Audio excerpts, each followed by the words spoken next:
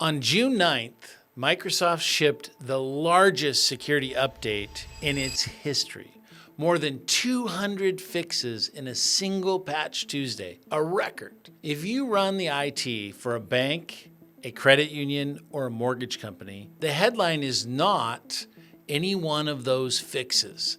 The headline is the number itself, because nobody on a 5-person team can read 200 advisories, decide which ones matter, and patch the right machines before an attacker does. So let me do the sorting for you.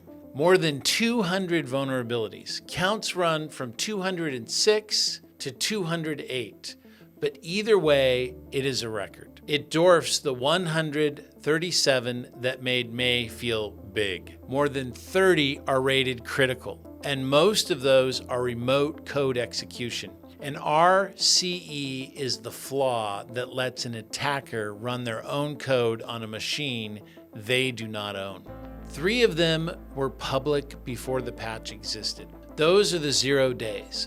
But here is the reassuring part. Microsoft says none of the brand new June flaws were being used in attacks at release.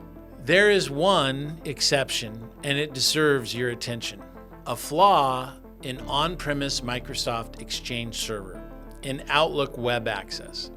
It carries a tracking number, a CVE, the industry catalog ID for a known vulnerability. The exact number for this Exchange flaw is in the description. The timeline confuses people, so let me be precise. Microsoft disclosed this one back in May, and attackers were already exploiting it then. The Federal Cybersecurity Agency put it on its must-fix list in May. What happened in June is the permanent fix. 2 things matter for you. 1, it hits on-premise Exchange only. If your mailboxes are in Exchange Online in the cloud, you're not affected. 2, if you still run any on-premise Exchange, this is the first thing you close.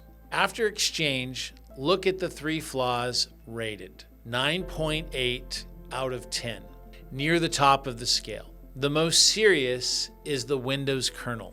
Remote, no password, no click, code running as the system itself. Microsoft rated it less likely, but researchers flagged it as the kind of bug that could spread on its own. Machine to machine. The other 2 in HTTP.sys and Windows DHCP client are the same severity. And 1 more your domain controllers care about. The remote code execution flaw in Active Directory domain services. That is the identity backbone. So you patch every domain controller in 1 window. Here's the distinction that saves your team the most time. 5 days before Patch Tuesday, Microsoft fixed 2 flaws inside its own cloud.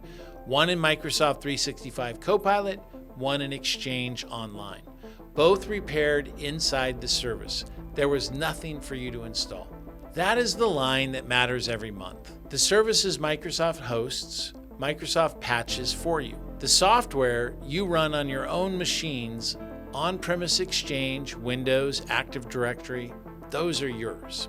Get that line right. Across a 200 flaw month and a 50 flaw month, look the same from your chair. Our team configures the Microsoft Intune policies that push the patches, watches Microsoft Defender to confirm every machine is covered, and files the evidence your examiners will ask for. And our Managed Detection and Response service, M365 Guardian and Guardian MXDR, watches for the 1 flaw that is already being exploited while the rest of your fleet catches up. So if you are not certain where your fleet stands on the June update, that is a 30-minute conversation worth having. Talk to a Microsoft 365 specialist at ABT, and we will show you exactly which machines are still exposed. The full written breakdown with every CVE and the priority order is linked below. I'm Justin Kirsch. See you in the next one.